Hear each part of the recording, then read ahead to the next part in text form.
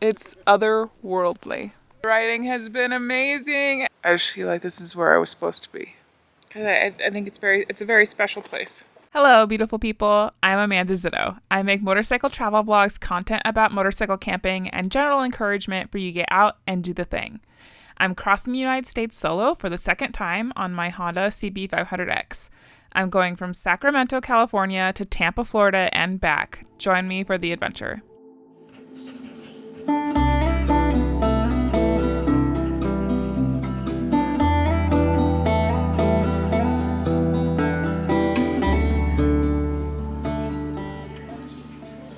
Good morning, beautiful people. We're going to pack up and we're going to White Sands today. I'm very excited. Getting my workout in by carrying very, very heavy bags downstairs and not dying. You should really just get backpack straps for this thing.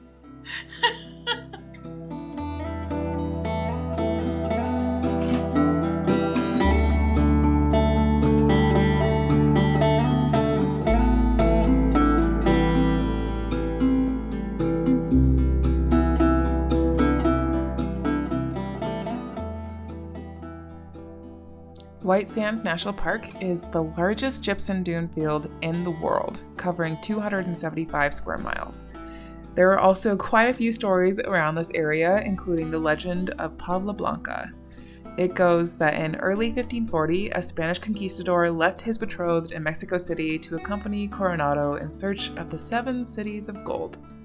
They were ambushed by warrior Apaches on the edge of the Great White Sands, and our Spanish conquistador sadly perished in the dunes. His betrothed is said to have set out seeking for him and was never seen again. She is said to come nightly in her flowing white wedding gown to seek out her lover, lost and buried beneath the dunes. Some say that the ghostly figure usually appears as the evening breezes sweep up just after sunset.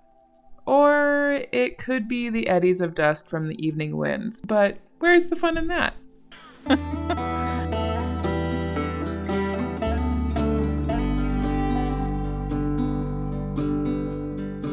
It's otherworldly, but I'm going to enjoy my time here, and then from here we're going to head to a campsite in the western half of New Mexico, or the southwest corner of New Mexico, I should say. And we'll go see the cliff dwellings tomorrow because I don't think that I'll have enough light by the time that I get there tonight. There's around 200 miles between me and there, and it's already around noon. So I'm just going to plan to do that tomorrow. And enjoy the sunshine.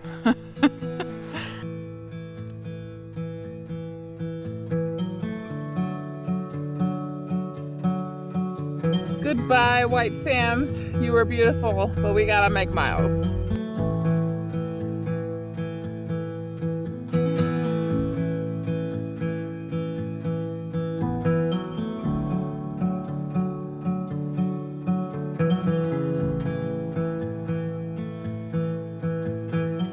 We have made it to Las Cruces.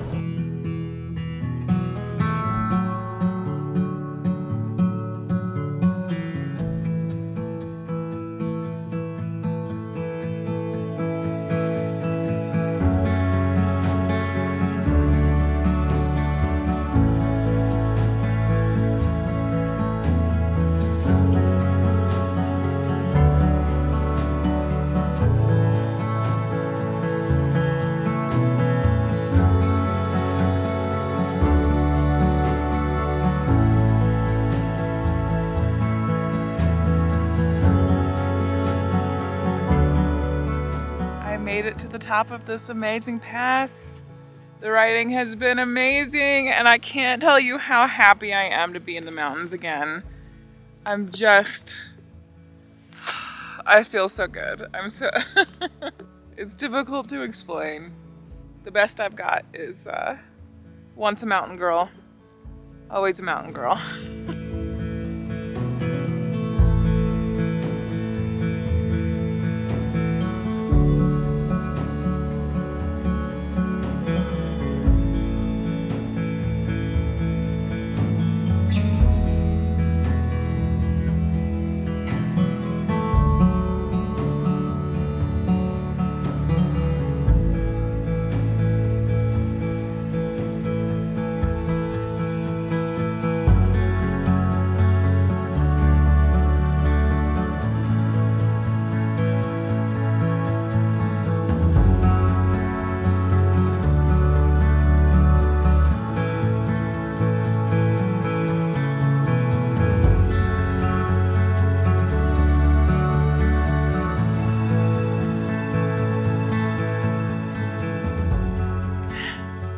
welcome to home for the night.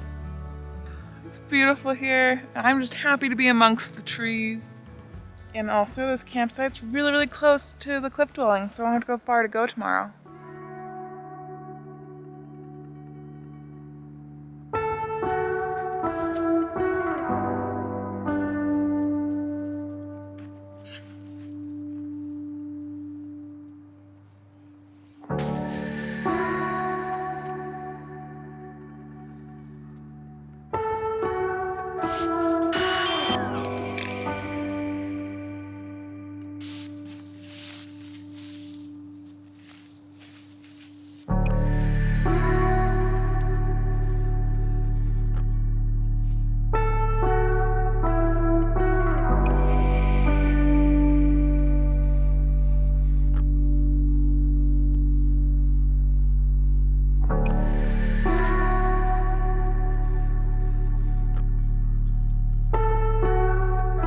Okay, I have tuna, a potato, green onions, a lemon, and sardines.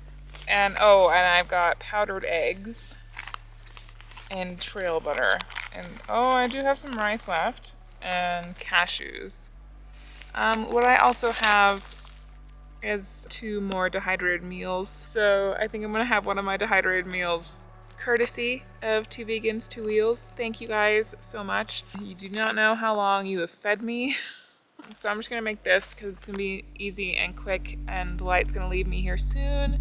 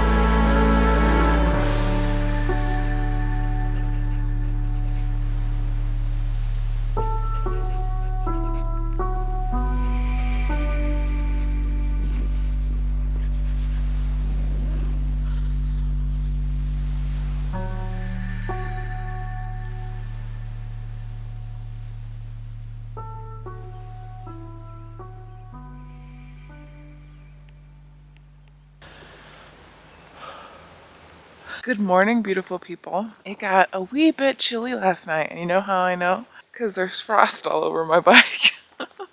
But I would say this spot was worth it. God, it's beautiful here. I just feel like this is where I was supposed to be.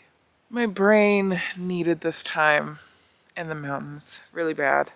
That probably sounds really sappy and weird, but so good. I'm gonna crawl back into my sleeping bag and wait for the sun to crest the hill. So maybe it'll be a little bit warmer.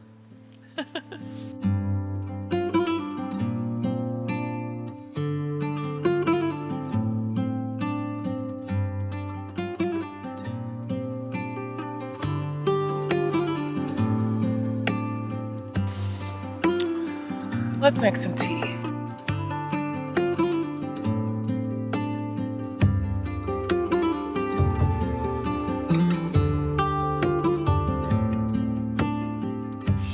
Just for my fellow tea drinkers who go camping, I did find a collapsible diffuser so that I can have loose leaf tea when I'm on the road.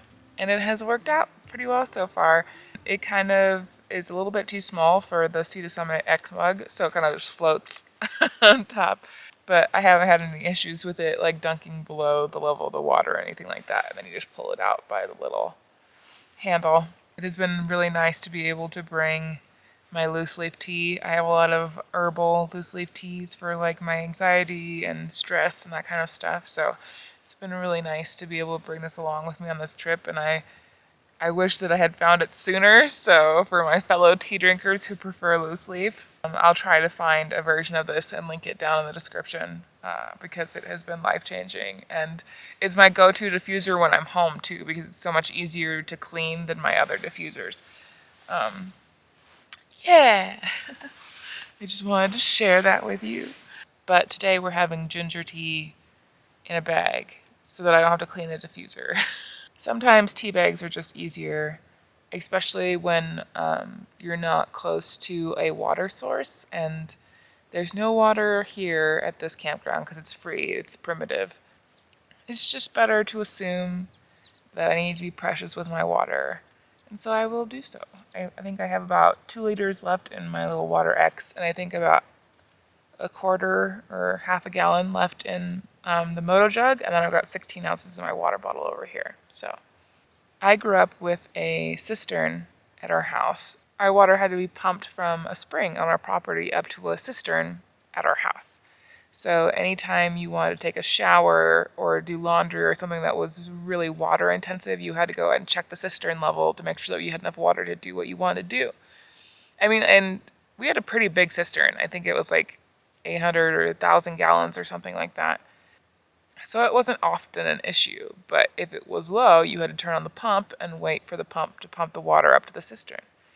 And so I've always been pretty aware of my water usage. And I know that not a lot of people grow up that way. They're accustomed to turning the tap on and just expecting water to come out. And there was quite a few winters where our pipes froze. So then we had to haul water until the pipes defrosted. So I am in a unique situation where it's second nature to be aware of how much water I'm carrying and how much I'm using and to be precious with it and not waste it. I think if you grew up in a house where you're just accustomed to turning the tap on and water comes out and you don't think about where that water is coming from or how much you're using, it might be a bit of a challenge to do these like primitive camping situations where there isn't water and you need to be precious with that water, especially if you don't know the next place you're going to get water. Gas station people are often very, very kind if you ask. And I always offer to pay because there are parts of the United States where water is very, very precious. I've never had to pay thus far if they have a tap or if they have a soda machine that has a little water button on it. I've never had to pay for that. It's just good to be aware of your water consumption. I don't know what I'm going on about now. I'm gonna drink my tea.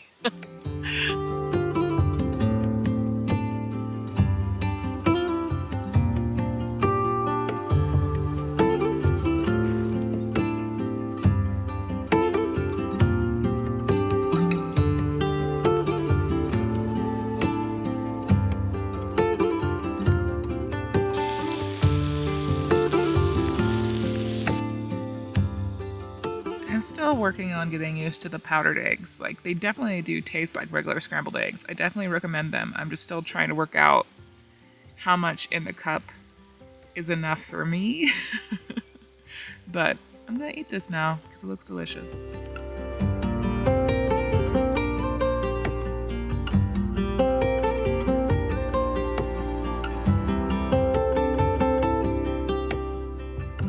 Well, I'm fed. Kitchen stuff is cleaned up. I suppose it's probably time to pack up the tent and get moving. But out of all of the places that I've camped on this trip, I feel like I could stay here a couple days. Oh, I love this so much. We got places to go, people to see. Let's pack up.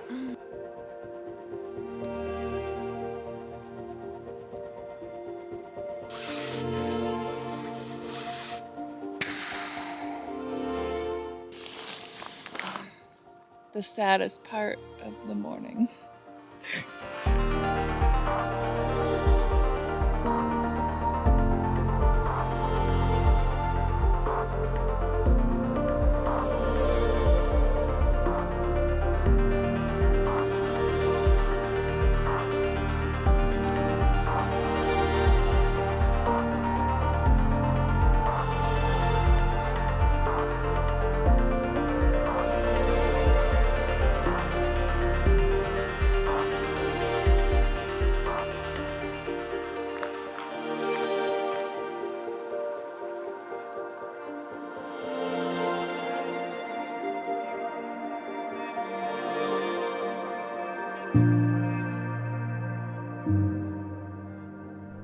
The Gila Cliff Dwellings National Monument protects a series of prehistoric sites, which are the only unit in the national park system that protects a site that was inhabited by the Magpie people. The preserved architecture dates from the late 1200s, which makes the site over 800 years old. The Magpie were mountain and desert dwellers whose homeland was a huge territory stretching from Arizona through New Mexico and down through northern Mexico. They grew out of a long tradition of hunters and mainly supported themselves through the animals they hunted, gathering wild plants, and domesticated corn and squash. Something that set them apart from other peoples of their time was that they grooved their stone axes 3/4 of the way around the surface and built large rectangular rooms for ceremonies and communal gatherings. The Gila Cliff Dwellings is thought to be one of the last places inhabited by these peoples, and they are thought to only have lived here for about 20 years, and they chose this place to settle because of the permanent spring below the cliffs. I highly recommend making a stop at the Gila Visitor Center and checking out the museum there and the little documentary that they play in the back of the building. It's wonderful to experience this site with more context about how the people lived here.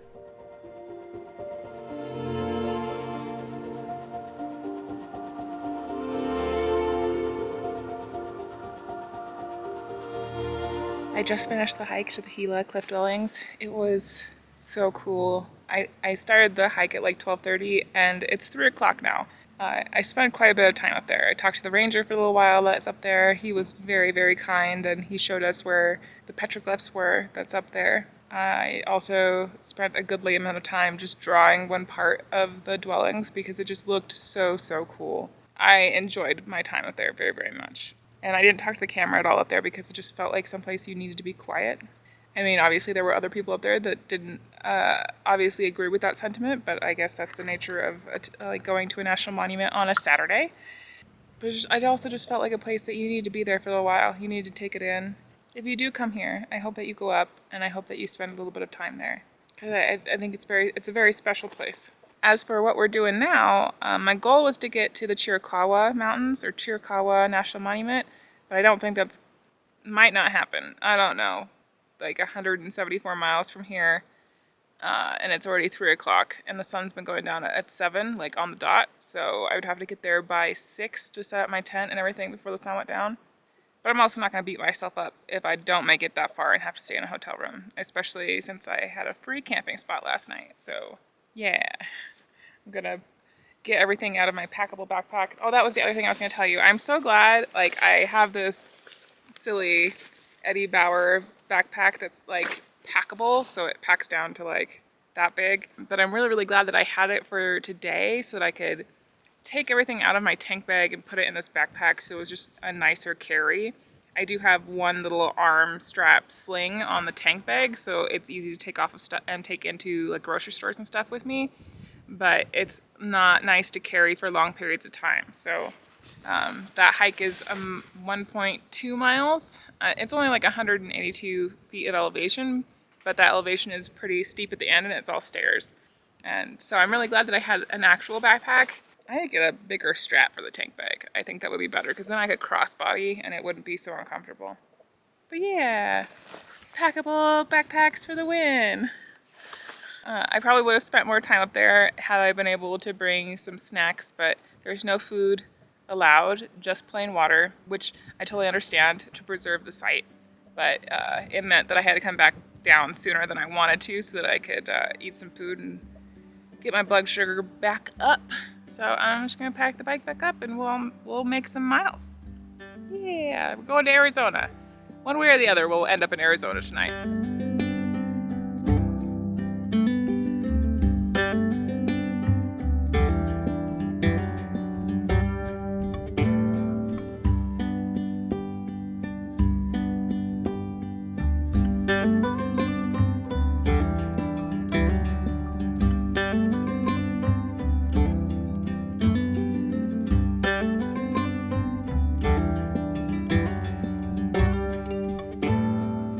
Alrighty, we have made it to Silver City, New Mexico. It is 5:30 because I got stuck behind somebody who didn't want to go faster than 19 miles per hour on the Forest Service Road. Anyway, now the goal is just to get into Arizona and I'll probably just find a cheap hotel. Fingers crossed I can find a cheap hotel. My goal is just to keep it under 119 so that I can keep it within my budget for the rest of the end of the trip here.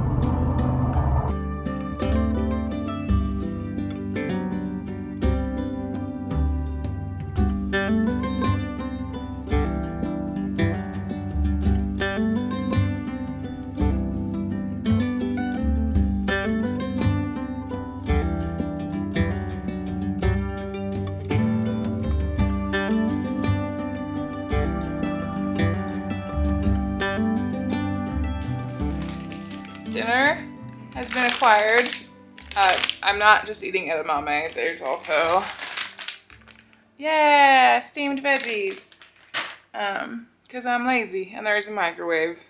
This room is good enough for tonight. The bed is nice and soft. Actually, the room is quite big. There's like this big thing back here and not a bad room for 80 bucks. So I'm probably gonna end this video here. Thank you guys so much for watching today's video. I hope that you enjoyed it. Make sure that you hit that like and subscribe button if you did. Huge shout out to my patrons on Patreon who make these videos possible. I wouldn't be able to do this without you. Thank you, thank you, thank you.